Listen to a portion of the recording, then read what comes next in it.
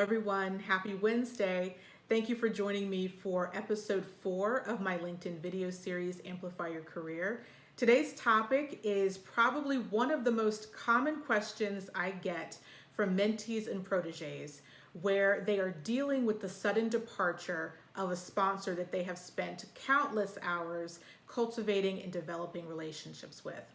It is also very common across many professionals that I've spoken with having to deal with a sponsor that is leaving their organization either because they found a new opportunity or they're dealing with a retirement or a variety of other reasons why the sponsor has decided to move on. I'm going to offer you 3 ways to mitigate that risk. Number 1, if your sponsor has decided to depart, make sure that you congratulate him or her. It's important for you to continue developing that relationship. You never know what your next opportunity for the next step in your career will come from. And I've talked to a lot of professionals that have said that when their sponsor has gone on to the next phase of their career, either it's another company, maybe they're launching their own new company themselves, that they've extended an opportunity for them to join and help build that out.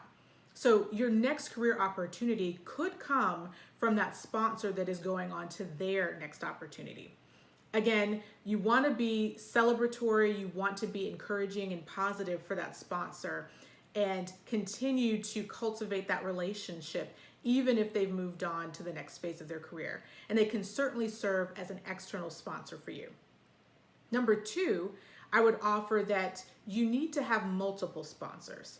I talk to proteges about this a lot because it can be very comfortable to hitch your wagon to one star, to find that one person in your organization that truly believes in your potential and is willing to advocate for you. But the reality is, a smart protege will think about their sponsorship network. They will continue to develop relationships across many different functions of their organization and be strategic in diversifying that network across those functions, across different levels, and make sure that your sponsorship network has both gender and racial diversity. Because I'll talk about on a future episode this concept of the sponsorship premium.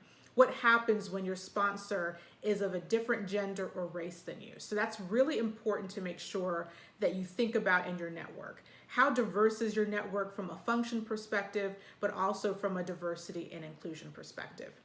And then the third thing that I would offer to you is that you really do need to invest time in developing your sponsorship network both internally and externally. Don't think about your next sponsorship opportunity solely coming from within your company.